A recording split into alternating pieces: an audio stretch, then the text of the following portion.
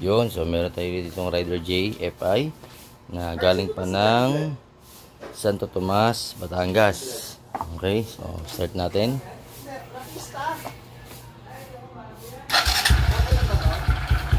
Yun, no?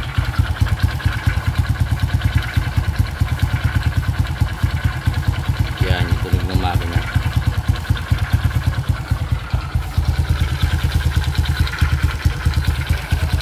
So yun yung aayusin natin. Tingnan natin kung ano sira. Kasi si boss ay namang problema, bigla na lang daw itong nagganto ng ingay nung ginalaw niya lang daw yung starter. Pero sabi ko sa kanya, hinala ko, hindi lang starter kasi malamang nagka-problema to sa makina, siguro sa maintenance. Kasi tinanong ko siya ano history, ang sabi niya sa akin is every 3,000 km o do bago siya magpalit ng langis, ganun daw lagi siya. Then minsan oil lang, minsan oil and oil filter ang pinapalitan. 650, 800 ml yung sinasalin. So bakit ko sinasabing 1 liter? Kasi nga 1 liter talaga yung maximum capacity. Yung natitirang langis na yun na marumi, hindi nyo matatanggal yun kung hindi nyo sasagarin yung pag-drain, no? Paano ba magsagad? Hindi nyo hahanginan, itataob nyo po siya ng left and right. Yan, gaganon siya side by side para makuha nyo yung 900 ml. So meron na akong vlog niyan at pinakita ko na yung langis, no, kung gaano kadami nakuha natin. At yun, tuturo ko sa inyo kung nisira nito at alamin natin kung ano yung problema ng motorsiklo na to. Alright. Okay, so ito yung sira. Check natin. Ayan, i-ayos natin yung pwesto ng connecting rod. Yan. Okay, connecting rod. Pupukin nyo lang rubber mallet. Ayan, oh. Ayun, yun. Grabe tak-tak. Okay, sunod. Hindi pa tayo sa kabila dun, sa clutch side. Yan. So nakikita nyo to. Ayan, yan, nakikita nyo to. Baligtad yung tornilyo. Kasi ginawa na to dati. Kung papansinin nyo yung gasket, ayan, kung mapapansin nyo yung gasket is aftermarket na. So binuksan na to dati. Saka ito binuksan na rin. Ayan, may mga gasket na siya. Ayun, meron na siya mga gasket. Ayan, andito. Pakita natin yung black. Ayan.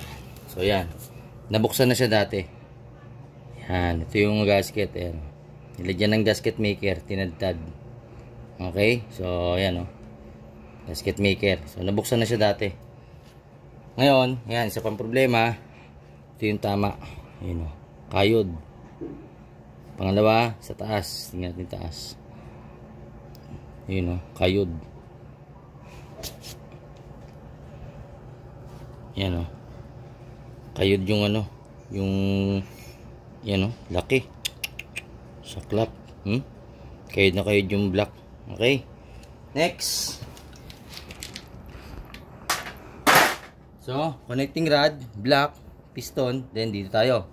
Pansinin nyo to. Ayan, yan. Bakit? Kasi baliktad nga yung tornilyo. Okay? Yan. Try natin ayusin yung tornilyo. Luwag, yan. Yan yung tamang pwesto. Ayan, yan dapat yung nasa labas. Ito yung nasa loob. Yung papasok. Yan. Yung flat side. Tapos ito yung nasa labas. Mapapansin nyo naman may marking, diba? Pasok natin ngayon. Tingnan natin kung tama. Kung sablay ang pagkakadali.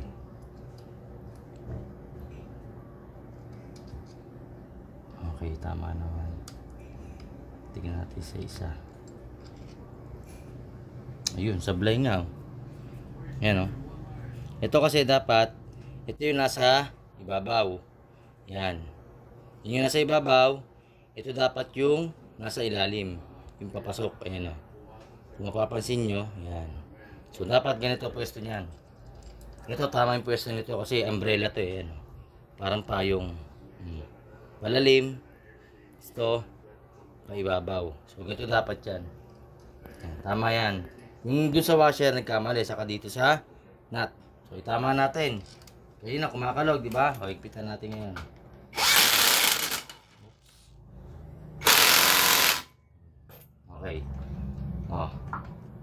Ayan o. Ang hirap. Ang hirap na anihin. Halugin. Tapos to, ayan o. Yan. May tama na rin yung kanyang clutch bell. So yun, maraming bubuksan para bubuksan talaga yung makina kasi nga may tama yung connecting rod. Alright, so yun lang muna at i-overhaul ko pa to. Yun, so tapos na tayo maglinis. Ayan yung yan. So ito na yung cylinder head. Wala tayong aqua blast yung Blastoise, gumagano. Wala pa tayo. Hindi pa tayo nakakapagpundar So medyo mabigat sa bulsa. Pero at least kita naman di ba? Tapos ayan. So ito papalitan pa tong valve seal. Hindi pa po yan yung valve seal niyan ha. Saka hindi ganito yung valve seal ng Rider GFI. Okay, pang carb po yan. Ang Rider GFI may sariling valve seal, hindi ganito ang kulay. Kulay gray po iyon, gray, no? So sa unang gumawa, please lang double check yung makina nakabit na pyesa. Hindi pwede na yan kasi makina yan. Then itong black, ito ire-rebore pa po ito. Kaya hindi ko muna nilinis kasi for rebore pa po siya. Ayan o. Yan, meron mga scratches at malalim po yung scratches. Ayan. Kita naman. Then, yan, malinis na yung buong pyesa. No? Ayan. Okay. Pati to, syempre.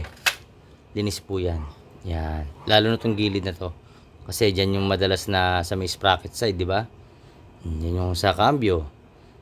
Yan. Malinis po yan. Yan. Malinis na rin yung magneto. Yung cover. So, as usual, nililinis natin yan. Okay. Wala po tayong aqua blast, no? Wala po tayong mga sandblasting. Pero nagagawa po natin ng maayos yung motorsiklo. Sooner or later, bibili rin tayo niyan. Siguro, God will make a way. Okay? So, wag nating madaliin ating mga sarili. At bagkos, wag tayong mainggit sa iba. And gawin nating inspirasyon yung mga yan. Yung mga meron na nun, gawin nating inspirasyon. So, by the next time, malay nyo, bigay sa atin ni Lord. By next year, malay natin. Or this year.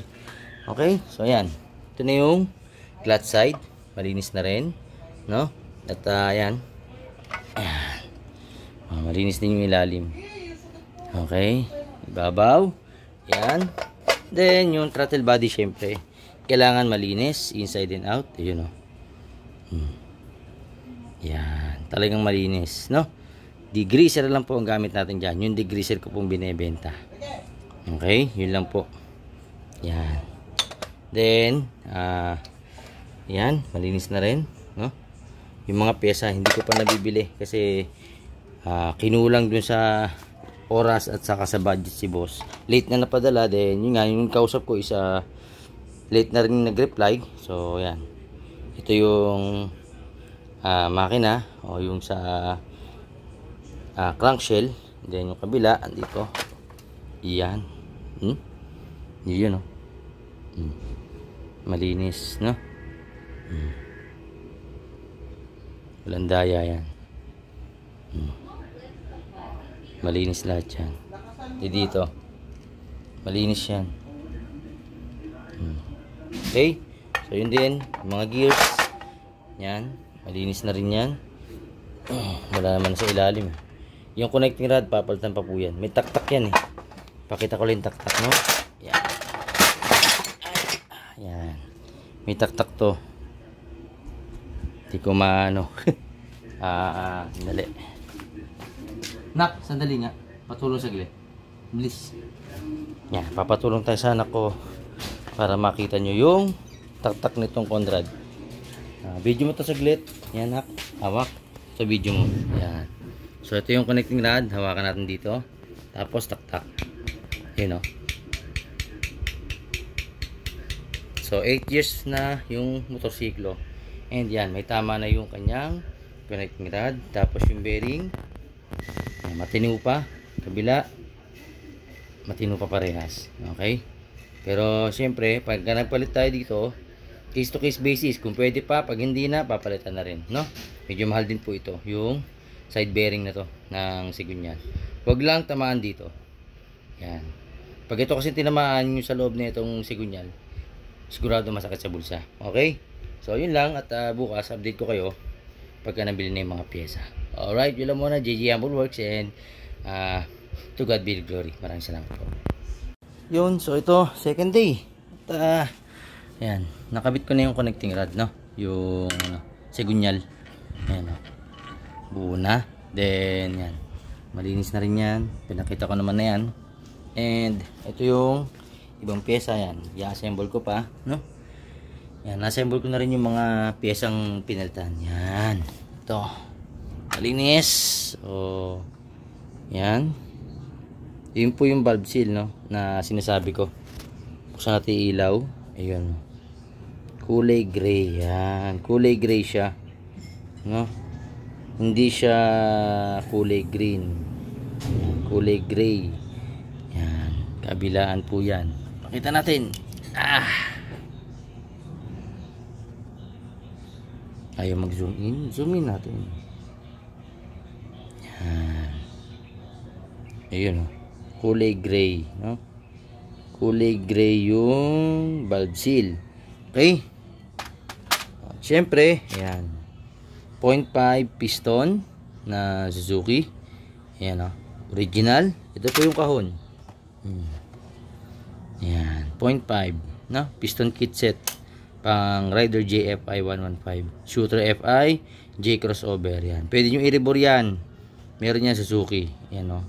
Kasi matagal ko nung binibili yan pagka, no, kaysa bumili ng bagong block, mas makakatipid kayo kasi re-rebore lang. Make sure lang matino yung pag anuhan nyo ng machine shop, no? Then ito yung block, nalinis ko na. So kahapon marumi. Ayan, wala na rin siyang gas-gas. Taas baba yan, malinis na. Tingnan natin dito. Yun, no? Yan. Then malinis na rin yung block, no? Hindi nga lang katulad ng Aqua Blast, pero malinis na. Yan, malinis na yan. Importante dyan kasi yung pyesa is maayos mong pinapalitan, and original yung pinapalit mo. Yan, yung magneto, yung takip, yan, malinis na lahat. Mga tornilyo. Then ito po yung mga nasira. Yan. So nagpalit kami ng clutch lining kasi may dala na si sir. Yung segunyal bearing 63/22. Yan, maano na po ito, magaspang, no? Then ito yung sira. Ayan, yung connecting rod. Ayun, nakita naman yung gas-gas, yung pin. Yan, tapos yung bearing. Ayan, no? Wasak na talaga. Saka ito, yan. Then ito yung piston na luma, yung standard, no? Standard STD. Then ito yung pinalitan na isa. Ayan, may kayod na po. Ayun, no? Malalim na yung kayod. Yan, makikita niyo yung guhit. Ayun, no? Malalim na talaga siya. Talagang dudulas na to. Then ito yung lining niyan luma. Although okay pa naman, kaso si sir kasi may dala na siyang clutch lining, kaya kinabit ko na. Yung bago niyang original. Ito yung kahon. Ayan. Yan, meron siyang dala. Then ito binili ko yung pyesa, yung sa pressure. Yan, o, clutch pressure. Yan, ang tawag dito ay clutch pressure.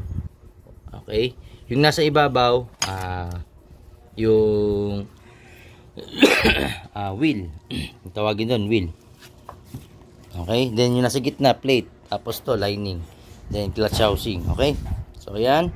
At ayan yung oil. Syempre ang ginagamit ko lang naman is Petron, no? Mababa lang ang odo nito, 1,000 odo lang ang maximum nito, pero goods na to kung nagtitipid ka. Ngayon kung may budget ka sa fully synthetic, okay lang din, walang problema. Pero ako ito yung mostly kinakabit ko. Okay, ito yung ginagamit ko, Petron. Subok ko na yan. Then yan, kakabit na natin yung makina, i-assemble ko na, and tingnan natin yung tunog after kong ma-assemble, at tingnan natin kung okay na ba siya. Alright, yun lang muna. Ito na boss, yung motor mo. So buo na. On natin. Then start. Yan.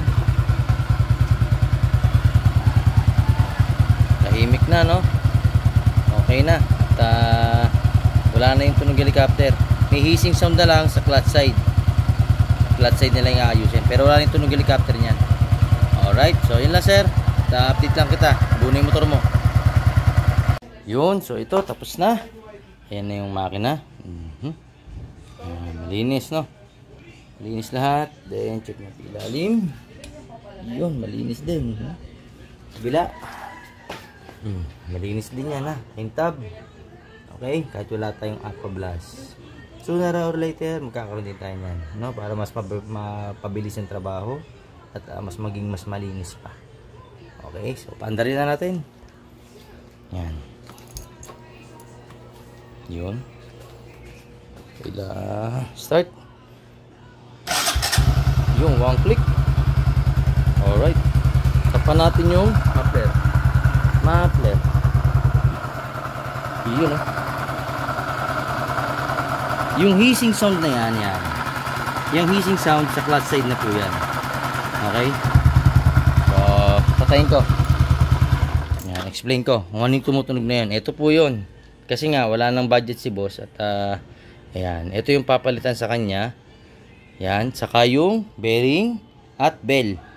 Kinapos na po kasi sa budget si boss. At, ang priority namin yung connecting rod. No? Yung segunyal, saka yung block. Ito, pwede na itong sa susunod na. Kasi, kulang na talaga. Di nakakayanin kasi, sa budget. Out of budget na si boss. At nga, hindi ito pangalan, nabigla na siya eh. Doon sa sira eh. So, importante, nagawa na natin yung block na rebore, original piston, original connecting rod, original bearing, and yung cylinder head, valve seal. Dito na lang sa clutch side. So, kinabit ko lang yung lining, no? Pinaltan ko lang yung pressure, clutch pressure. Pero yung ito, hindi ko pa napaltan. Yung bearing, saka yung bell, no? Yun lang yung papaltan by the next time. At magiging okay na. So, tinuro ko naman yan, yung, sa vlog, or yung sa first video nito, tinuro ko naman. So, hindi lang talaga napalitan kasi nga kulang na sa budget si boss. So, at least, i-advise natin syempre si customer, no? Para aware siya na by the next time yun na lang papalitan. Then, ayan na yung throttle body, no?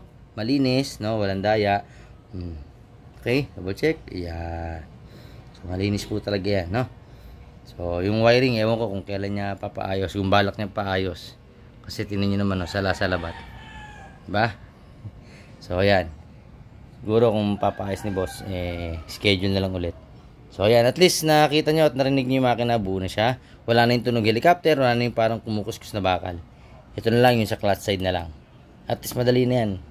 Madali na buksan yan. Dito na lang yan. Importante, dun sa loob, saka dito, wala na tayong gagalawin. Alright, yun lang. JJ Humble Works sa mga gustong paggawa. PM nyo lang ako sa Facebook page, sa YouTube, and sa TikTok. Yan. Yung mga pinupost ako dyan. And then, follow nyo na rin ako. Alright, yun lang. To God be the glory. Maraming salamat po.